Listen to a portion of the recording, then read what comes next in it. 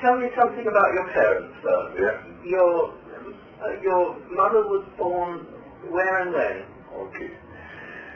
My mother was born I think in what's now called Estonia or East Eau Vive, which was at the time Russian protectorate. So now some of the papers have been lost because in the war. Her father was Belgian, and her mother was Russian. Her father was he had lost his first wife in here and moved over. He was, I think, in business, building something, I think, kind of big projector during the war, something like that. And he established factory in Russia, and this is when he met my grandmother. And so my mother is the eldest of the two daughters, which are both born at the time in Russia. I think it's Revel at the time, but from my memory it was the name of the capital of Estonia, whatever it is. So this is for my mother's side. I'm Belgian. Okay. And your father? My father is another story. My father, my grandfather was a military man who moved around in Russia, moved around all the frontiers of Russia, and let's see, that's his father, yeah. He was now, I think they had a family of about 12 or 13 children. He was one of the eldest ones in the family. All the military family, and at the time he was in the, like history repeats itself, is what's now Chechnya. At the time I'm reading some of the books, and my great-grandfather was actually commissioned to keep the road to Chechnya open for Russian military men. So this was, and he was nice, he was leading, but my father was born in what's now called the syphilis, and 1905, so this is, and my grandmother, so she was quite young, during the revolution. My grandmother died, I think, probably from what we're able to gather, from pneumonia. At the time, kind of look at the history of that part of the world. Iran was very close to Russia. Apparently, from my city, it moved around from Iran to Russia. Anyhow, my grandmother is buried in Tehran. Was buried. We have some paper, family papers. So, it's quite mixed kind of. And when the revolution started, some of the aunts, because it's important, because my grandfather's family, big aunts, some of them left Russia, went to France, South America, and they sent my father, so he was born 1905, so probably around he was something like 15, 16-year-old, what they call so a pipeline of immigration, the Russian immigration moving from Russia, they moved to Bulgaria, I think it was kind of a secondary school when they completed the secondary education and then helped with immigration, came to France, completed his engineering education in France, and met my mother, his French. Okay, so they both met in France. They both met in France. I think married in 19. So I think probably a couple of years before they got married. They met still now the number of Russian type of organizations, some etc. They were part of that. They met. Okay, so your father studied in France. He completed his university education in France, his engineering education in France. Right. And so your parents meet and marry you live in Paris? But at the time my father was working in the Savoie. I was born in Chambéry, and this is where the first time of my parents met. He was working for a big metallurgical complex at Eugene in France, and he was in the area of water resources. He did various things, mostly in the area of finding new power, electrical power sources, hydroelectric power sources for this complex within that place called Eugene. origin, which is not far from Albertville, for they had those. So this is where we lived, and I was born in Chambéry. My brother was born a couple of years later in Albertville, and we lived there until the beginning. All my youth was there. So what year were you born? 1929. 1929. Okay, and your brother was born? 1931. And so we lived there, and after the war, the war started, my father was enlisted, and then enlisted, but they found that his services were more useful in the civil service because it was one of the industries which was critical for the armament. So they enlisted him, he came home and lived, and probably around that time, we lived the German occupation, so we're still there during the German occupation. And then my father was transferred to Paris, and this is where we moved, this period here. He sent us for secondary education, he sent us to a Russian school in Paris, around Paris, and then finally moved, so this is probably, I would say very shortly, probably in the, I would say in the early 40s, probably 40, 41, when we moved to Paris. So you were French citizen? I was a French citizen because my father declared me, but he was no nationality like most of the Russian immigrants were at the time. And because he served military, he was able to give French citizenship to his children. It's a weird system, the way it works in France, but but the war for you was,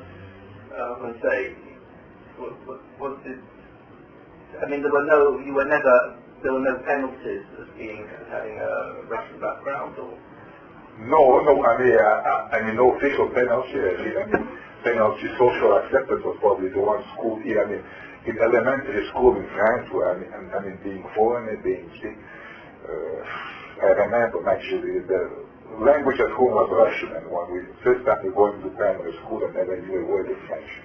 I was playing with my brother. We had a small villa and house, and I remember my mother taking me to school. And it's just like a foreign land, not to understand, and you know how kids are at that time. Socially it was very different. You were always considered like foreign. In France, they, let's say so.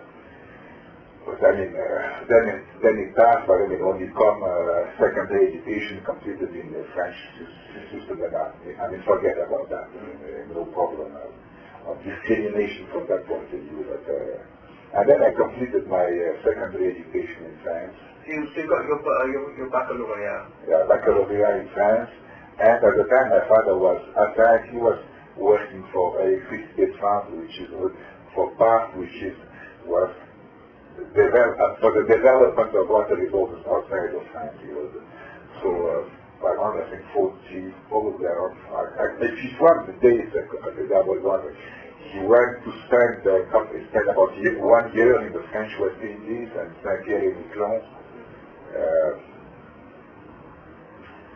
and then came back and then sent to what was then Indochina. And in that period, actually, so I was completing I was completing my baccalaureate, and then I didn't know what to do. I signed in for university in geology or something like that, and couldn't find any interest. And my father, they said, why don't you go engineering? So we suddenly kind of private school while they were away, so I could qualify engineering school in Paris. This is what it's competition entrance into highest engineering school, like you call the name. So you try, and was writing my first exam at the time because my father died, so actually. But I knew exactly what I wanted to do at the time, and this is when my father died, and this is when John Thompson came in, in our family. Can I just ask about, for your brother, if you would speak for your brother Vladimir, yes. So for him, his experiences at school would have been roughly like yours? Roughly like mine. He probably had finished his baccalaureate in France because he was about 2 years behind, and I had spent about 2 years at university going from mathematics to geology, etc., not knowing exactly what I do. Probably he completed his baccalaureate, but didn't know exactly what to do. When we arrived in Canada, he spent the first year, he didn't go to university, he spent, I think, the first summer or year actually working manual labor and cleaning stables, etc., and then decided to go to university in geology and spend, I think, did 1 academic year and then spent summers traveling around. And this is where he met Jean, etc. This all the same generation actually. I have some friends I remember from that period at the university, and then I left going from, I was at McGill here doing engineering. I knew exactly what I wanted, and he was actually going around, so I was here. I think I was still here when he was in geology. Then I went to Boston and I lost contact, and I think this was the time he decided to get married. And once he get married, he had to leave, his education, so because he started working from Air Canada, working around taking luggage, etc. By then decided that to go to an education courses, so he took the Bachelor of I don't know what, and then MBA, etc. while working for Air Canada. This was his career. Okay. But how did this, two things I would really want to ask you. First of all, about the meetings with John Thompson, and then this whole idea of going to Canada. So, first of all, tell me about how did Dr. Thompson come in your life? This is probably since I wrote to you, this is probably I would say, most nebulous part. How, I know at the time, I remember he was working at UNESCO, doing what, I haven't got the slightest idea. My mother, the last mission my father was in Indochina, and they were supposed to come back, both of them come back, I think in June, but my mother had health problem, I think asthma, and the doctor said she should come back early, so she left, and I think she arrived something like February. Of what year? Well, that's the year of my father's death, 1950. So my mother came back from Indochina, I would say February, March 1950. And then my mother was something which was very active woman, I will tell you later on. And I think she got involved by numbers. So probably she was doing some odd jobs. She was fluent in a number of languages, English, German, French, Russian, etc. So I think she was probably useful some jobs. Sometimes she was working at the phone desk, just answering. Probably that my mother's education was in Russian as a woman, with 4 languages, When my mother was something like, I said, 20 years old. She knew languages. A couple of Americans came to France with a car and wanted somebody who could drive the car and learn, and went across Europe in the early 20s. So my mother should be something like 18, 19 years old. It was a family disaster. My father never accepted that. The young girl going with a young couple of Americans.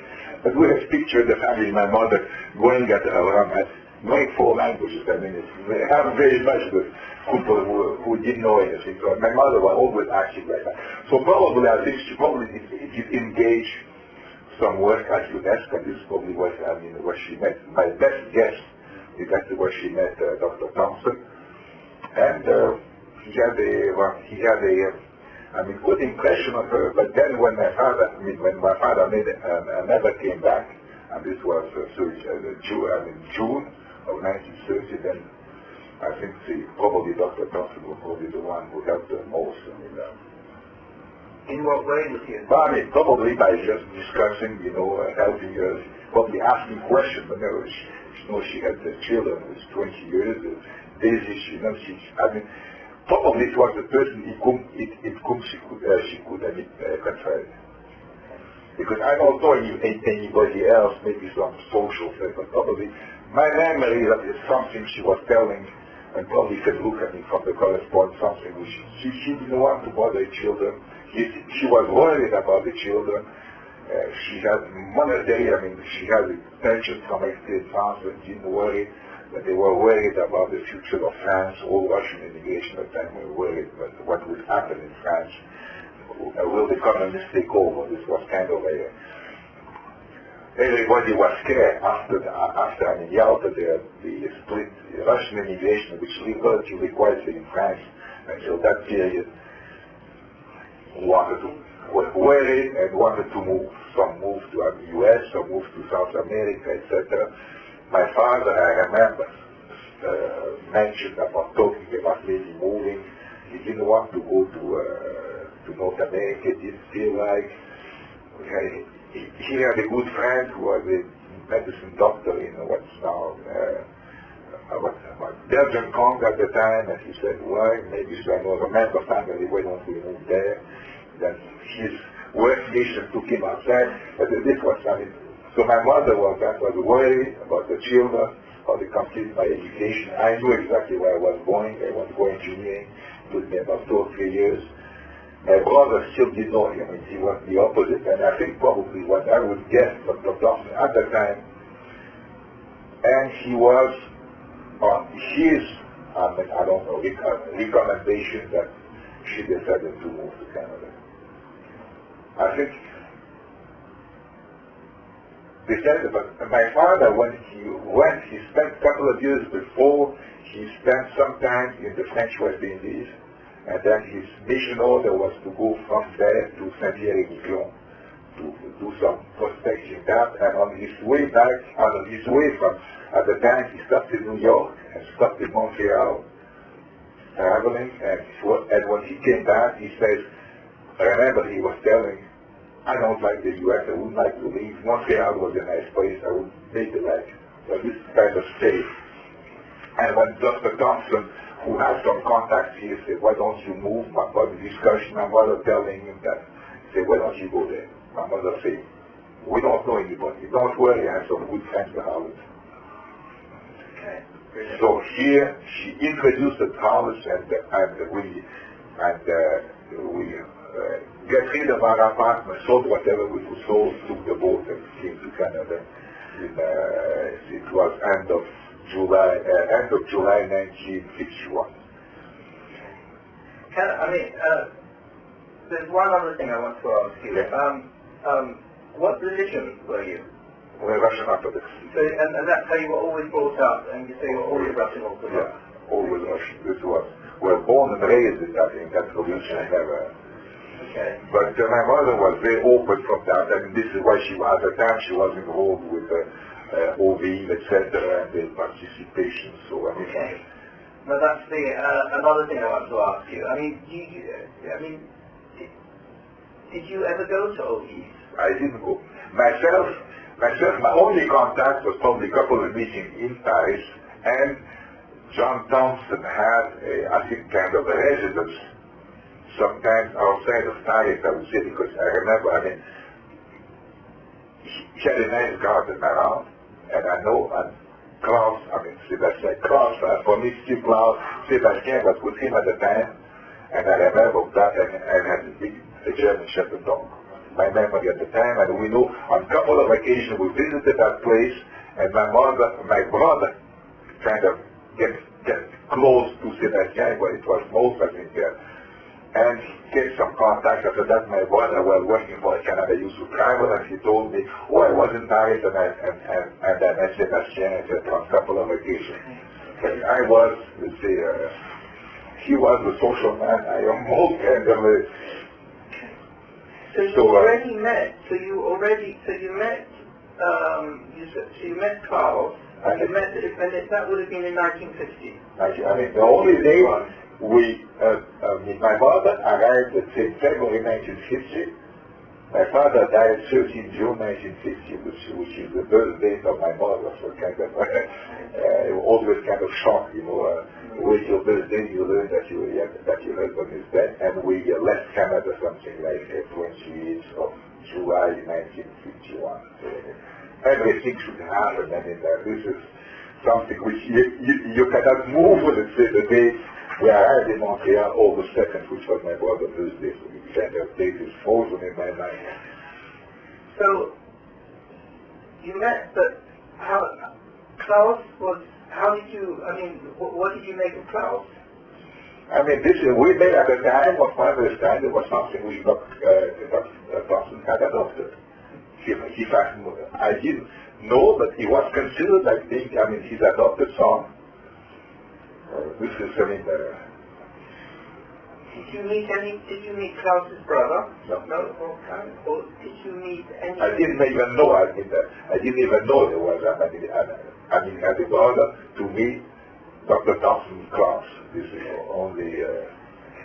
And you don't remember anybody else? There was Matthias, no, another adoptee in a way. Okay, so you remember you. And how did Klaus strike you?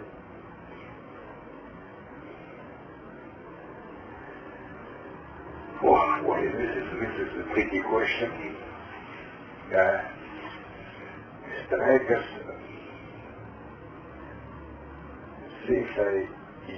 if I have to use one word, I would find that independent.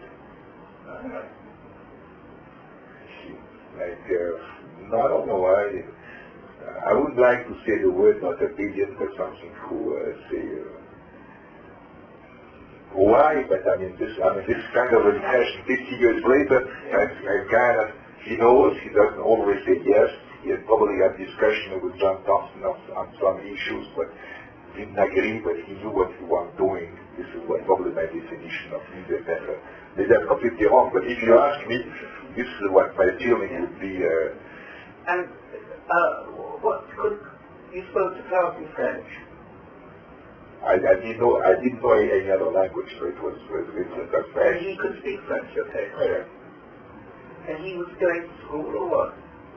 Or that? No, it was probably summer, so he wasn't going to school. Did he talk about school at all? I don't remember. What he was doing? He was talking, trying to think, he was talking with Vladimir. So they got on well, Vladimir. They probably, I don't know, probably the same age. Vladimir was very social, was friendly with everybody. Vladimir put him in the street and there were 25 friends tomorrow, you know. Yeah. This was his, Okay. So this was Vladimir. And so they would have met out at Dr. Thompson, out at Eau Vive. So Vladimir was going to Eau Vive. Probably no, Vladimir was not going. Probably what happened, Dr. Thompson invited us to spend a couple of hours at his place outside of whenever he leaves. Yeah. And we went there, my mother and the two children went there, and then children stayed. My mother discussed with Dr. Thompson. This is my memory, you say. Okay, I mean, the place is what you're saying. And the house, I think, was called La Nativité, and the dog is called Tonio. Probably. Like I say, you know probably more about that. No, I mean, this is to give you some sense. And did he introduce your mother to anybody else? No, it was him rather than referring her to or bringing anybody else. The only thing my mother, I remember a discussion we had about moving, which is Dr. Thompson is strongly encourages me to move. He has some good friends. Should think about your career, and I already started informing myself about possibilities of studying here and getting and sending my application, etc., to McGill and École Polytechnique there. So this was probably, I probably did that already, by winter 50-51, a university one, at least, registration.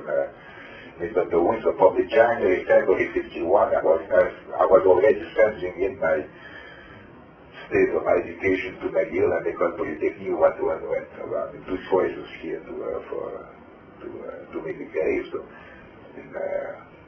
So you were in favor of emigration? I think I was. I think I was in favor. Why? I don't know, probably difficult to say. Probably my father saying Canada is a good land now.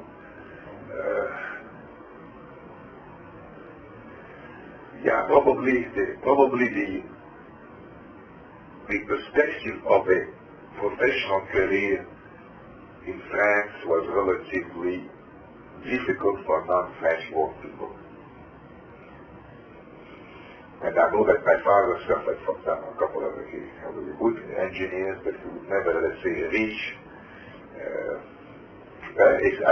It's a caste system. The French engineering system is a caste system. You go into certain school, you are admitted in certain school because you are, and then you stay within that club. You know, and if you are not in that club, and I think my father,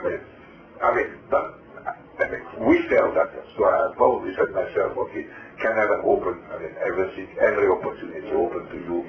The fact that that part of the class was not, and I think I'm glad.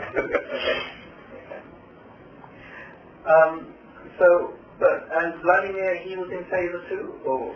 Probably yes, but it was not the whole, but not consensus. But I don't remember him objecting. So we moved here. We sold, like we said, in France after the war, we sold what they call the bad box. I don't know if you know the system. The rent was practically, it was impossible to find the rent. People who lived there, when they were giving the rent, people were willing to pay you just to take over your rent. And we were living on the first floor, and the floor below there was a grocery store, and he was interested in buying that. And this was the way transactions were made, you know. We didn't have the fortune to move, but selling cars, right of rent to people below had enough money to move, and then my mother had her pension, and we worked here the summer, so this was kind of she worked here also, so this managed to go over a couple of our education. And when you came here, you all lived in, how can I say, after you were with the Howlets, you all lived we arrived, and the first thing I think the Howlets were at the time they were spending the summer, they had a summer cottage at Valmorin. They were spending the family there, spending the whole summer with the whole family. Which one? Is it the last one who was kind of disabled? One of the children had a problem. I think the youngest one was had trouble. I don't know. I don't have that health problem. But probably they gave us because the houses were not there, but they had a housemaid who kept the house here in Westmount. And where I arrived, we spent the first night in the hotel right across from the boat, and then the phone, and we moved in the second night. So she probably, unfortunately, Howard, has left instruction. My mother, Dr. Thompson was writing, expecting us, and we just, she was not there when we arrived. I know the housemaid was there, received us, and we made a comfortable, and then started looking around where to move, where to buy rent, our furniture, etc., which was moving by boat, etc. So this was beginning of August, and I think we found a rent and moved in. First one end of September, which was a disaster because the street was not finished. We moved in, tried to move in. It was still mud that means the truck would fit. And finally we found something here in Westmount, so this is where we lived there. How did, did Vladimir like Dr. Thompson, or did they get on, or? Oh yeah, probably. Vladimir, there is not many people who didn't like Vladimir. Okay. About to you here, if you're interested in knowing more about Vladimir, and elegy, which one of his best friends gave us at his funeral. And it was just, I think it's described by order. I like to read it from time to time because I think it's probably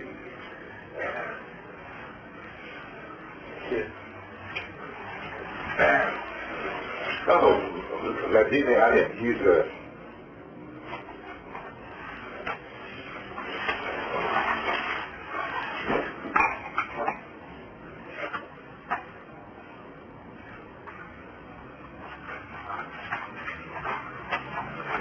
just a copy for you. Oh, thank you very much. It's one of his best friends who wrote that. Thank you so much. I think it gives you kind of character of life, you know. So he probably. So okay, so he very. I mean, why? I mean, in the letters to your mother, they talk about Vladimir's suffering, that he was. This is something which I left me perplexed. Why is that? Is it before? Is it before he decided to get married? Was that something which was bothering him? Or bothering him that he couldn't decide on what type of education, or the two go together? This is probably, let's say, the most, I would say, nebulous thought in my mind, because I finished, going to engineering school. Whenever the engineering school finished, I took summer job which took me hundreds of kilometers away from Montreal, so I never stayed long in Montreal at that time. When I was studying outside. And then, so I graduated in 54, spent the summer, got married end of August 54, and moved to Boston in 55. And this is the period when probably, when I read some of the letters, this is what Dr. Thompson was telling my mother was, why is he? Because Vlad could make up his mind about education, or make up his mind about marriage, I don't know. Maybe both, you see. He was very social, but he did marry with that girl. It was kind of, when I came back and saw that, I was kind of astonished. He was going around, all the girls were, were after Vlad, so on the other hand, it's Tanya who was responsible for probably putting pressure on him to make a career, because when I came back and my first jobs were here in Montreal before I moved to Slivitsky, Tanya was jealous of me being established profession, Vlad just taking care, of passengers carrying luggage, and he started at the lowest level, even Canada, at the time, those systems, he was on the tarmac taking passenger luggage, put that in the plane, and then slowly moved around from Montreal, Quebec City, around. He worked through the company and at the same time acquired. And I say that's probably Italian, that's forced Vlad to that. I would say probably, I'm not a psychiatrist, not psychologist, but I would say this probably the whole thing together, and this is probably what worried my mother. She's here, how long she was able, he was taking jobs here and there,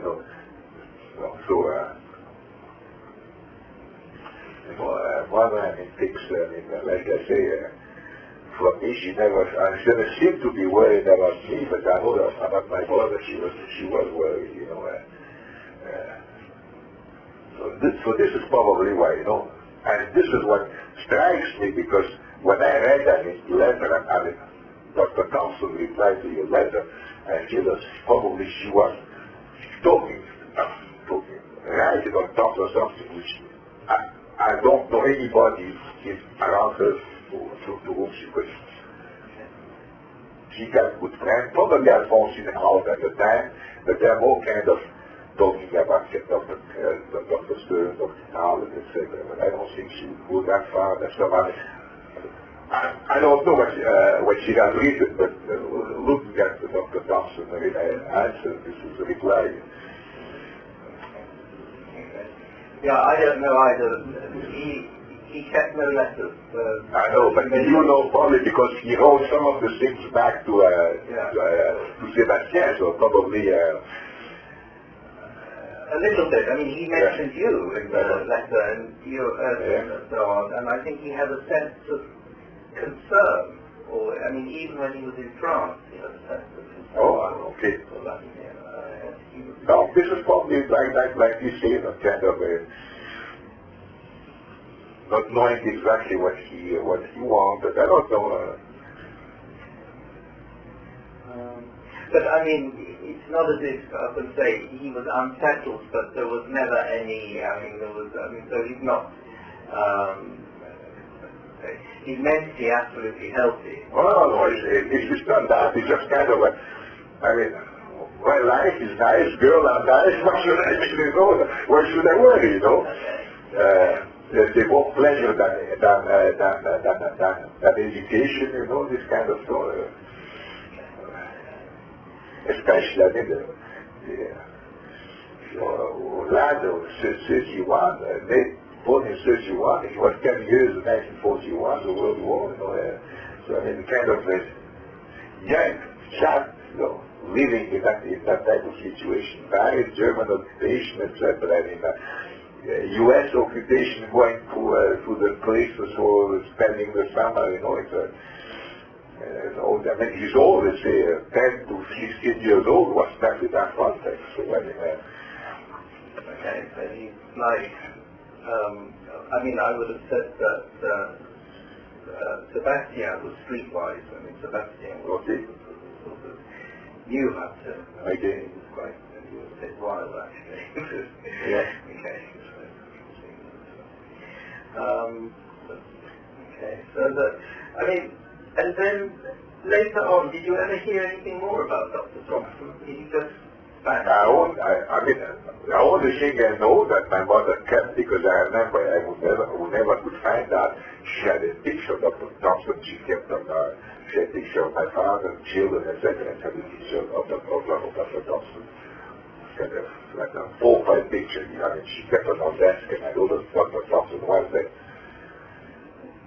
And then I didn't even know. She probably mentioned that she had, the correspondence when you wrote first. I asked Tanya, who was, do you know? Then I asked her if there is some correspondence. She said, yes. I wouldn't even said that she was. So you're lucky that this correspondence exists. So I mean, and then when it stopped, I don't know. My mother died now 20 years ago. My mother died in 1985. When did Dr. Thompson die? 1965. So why did she? This is completely blank to me. 1965. I was already living. I moved from Montréal to Quebec City in 1961. So I mean, kind of a type of discussion I didn't know, so I don't know what happened 64 my mind. Why would the letter only that short period we have? I mean, that's what is something like 61 letters. Thank you. But of course, by then you're, I mean, I was going to say, you're all settled. Yeah, well, all settled, but still, I mean, probably she, I don't know. Anybody gets what was going on. Okay, but you never, although John Thompson used to go occasionally to Saint-Benoît du Lac, there's a monastery there. Yeah. And whether he then went to Montréal. This is probably, and I'm just kind of thinking, why would I know, because the name, why would I know about Saint-Benoît du Lac is not kind of thing in my line of business, which I would, and the name was very familiar always, so maybe my mother told me. Maybe she went there, I don't know, maybe. And the Stearns, how did you, so your mother knew the Stearns as well? Yeah. Well, I mean, I know when I arrived here, she had built, I mean, what we call it, for a discussion with Alphonse in Holland. Some of the problems, she even consulted John Holland.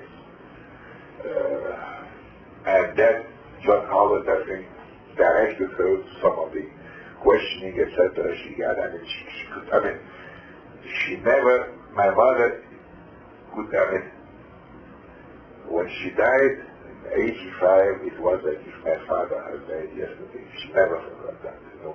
Some people say, you know, about, you forget that 5-10 years later, but my father died in 61, my mother died in 85, and 84, and months before that, she's still talking. She says, you know, my father is still alive. So probably a person like that, I have not seen, you know, but probably sometimes in a good discussion with a good psychiatrist would probably help you,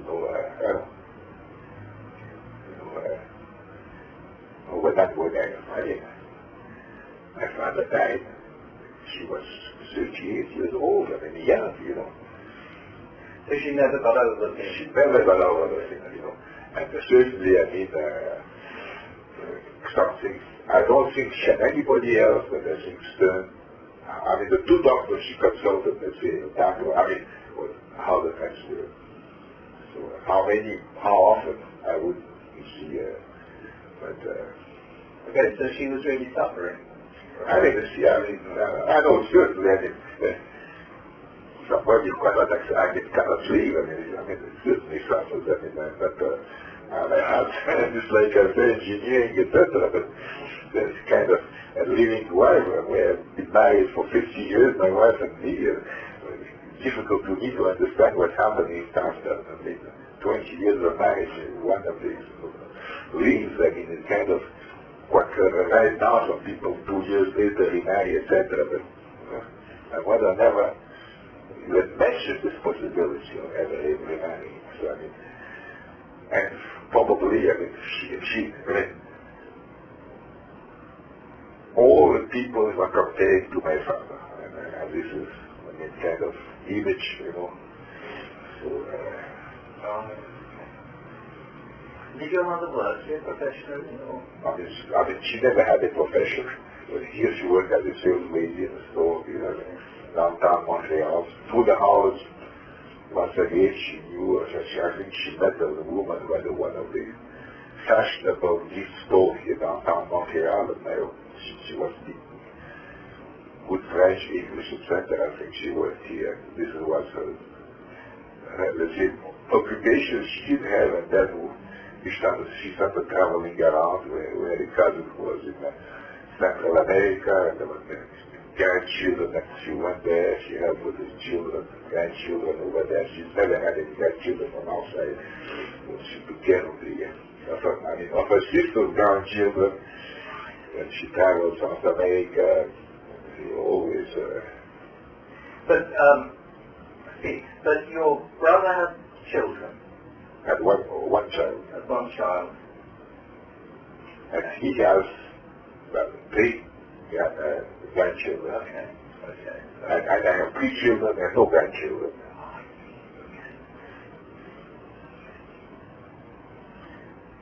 The only problem my mother had with me is that I didn't marry a Russian girl. Because your brother did marry a Russian girl. And I married something both here in Canada.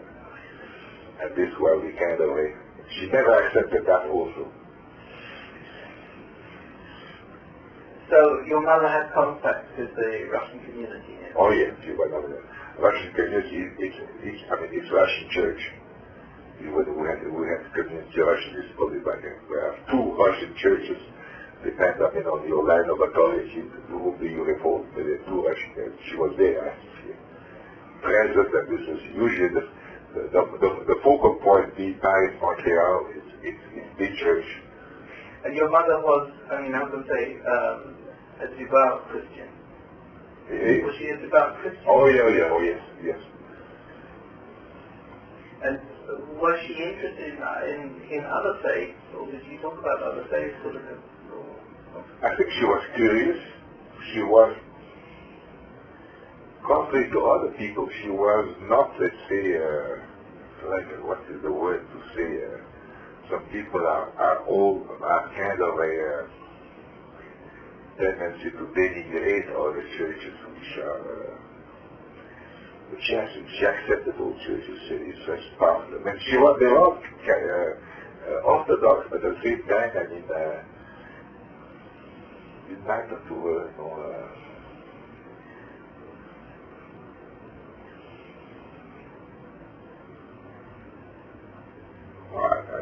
We had some, also some, I mean, she had, at the time, I think she was, but that was much later in her life. One of my fathers,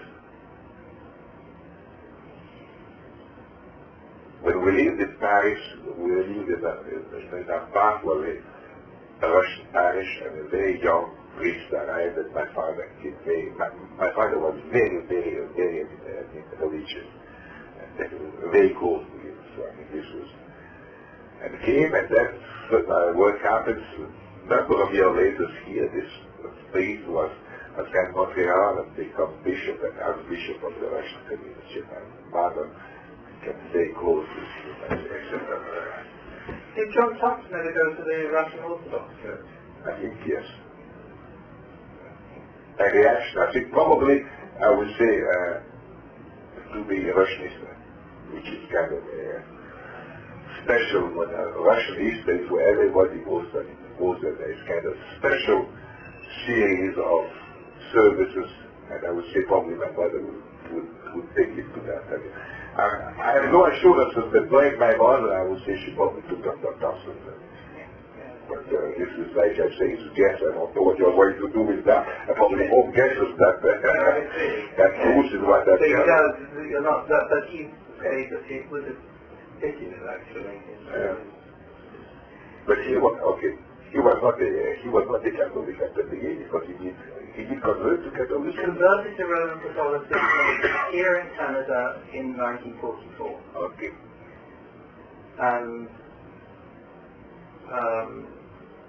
Dr. Stone also converted, roughly at the same time. And he was certainly very devout. I mean, he lived on faith, and this Eau Vive was a serious commitment to him. And is there anything else that you think would be of interest? I don't know, it's interesting because you're interested in Dr. Thompson, but you think that much broader, covering much larger territory than Dr. Thompson.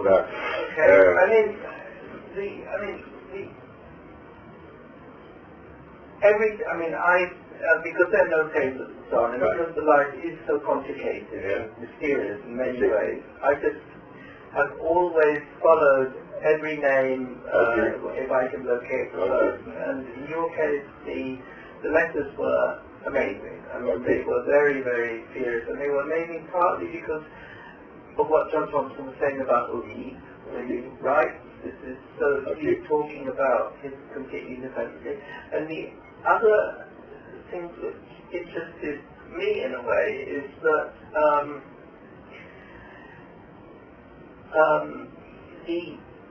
John Thompson is there, he's helping, but he helps in a way which is very different to Sebastian, to Klaus. Because, and it just strikes me that, and this is something which I would like to say in the book, and I hope to write, that he felt that your mother was a solid basis for you, whereas in the case of Klaus and his brother, there wasn't that basis there for them. And he then adopts. He adopts something. So you're in a way, he responds differently to, I would say, to where as he perceives need. But was Klaus an orphan? Yes. Completely, so he didn't know any father, mother. So I mean, he was. His father died on the Eastern Front. Okay, this is probably what happened to us. And his mother? And his mother, though, there were, I would say, it was. She didn't give Klaus the stability. And Klaus felt that he had to get away from his mother, and his mother was much less. She wasn't such a responsible person. stable and... Now I understand your interest, because my mother was complete, Whenever I had a problem, she felt that, she had two grown children, and she wanted to make sure that, and this is probably why we didn't follow exactly, if I didn't marry a Russian kind of, displeasure, but on the other hand, knowing that I was a good professional work, and my wife was taking good care of me, etc., I think it's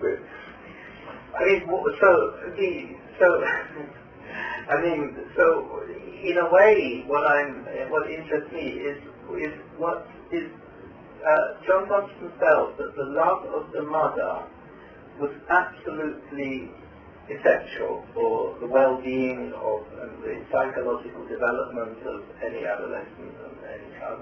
He felt it very seriously. He felt in his own life, he felt that he never had in his own life and in his relationship with his mother, for some reason that I can, and it's so that your mother comes through as a very strong figure. And that's what I would... I quite agree with you. I have no hesitation whatsoever that in our life, my mother, especially the critical period, probably if my father hadn't died, it was difficult to have said. But in that period, actually, woman for 5 years, how much was 50 that died, that's in 1905, so 45 years old, young woman, loses her husband, it's a shock. Some woman has gone completely, but then she managed, probably Dr. Thompson, I understand, maybe health and that, they keep the family together and make sure that the children, so that, and it's really up to you, and it's your discretion whether I mention you and I mention your mother in what I write, but it's more or less that's what I would like to show. You can show that later. I have no objection. I gave you the letters. Nobody did that. Like I say, the Slivitsky families, my children will probably know about that. But in case, they can prove, the viewpoint, probably my nephew and grandchildren probably, they remember. I don't think any objection proving that mother can play this role. And if that's Dr. Thompson, please go on this way. Because certainly my mother, if I go, my critical period for me is my mother who helped me out, She helped me, not only morally, encouraged me, but helped me financially. I needed going to a university education. She kept on working herself wages, so I could, this probably was part of it. I worked during the summer, making some money, but not enough to tie me older, but she was keeping the house here, I don't know exactly about the type of pension that she was able, and not enough. She worked as a sales lady to...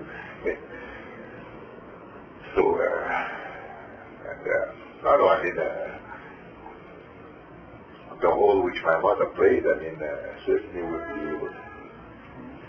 So that's in a way what I was writing to. 48 years old. In 47, 48, not knowing what I wanted to do, I enrolled in the University of Paris, taking course in mathematics first and geology first. And there was a very strong at university Catholic movement. It was the Jesuits.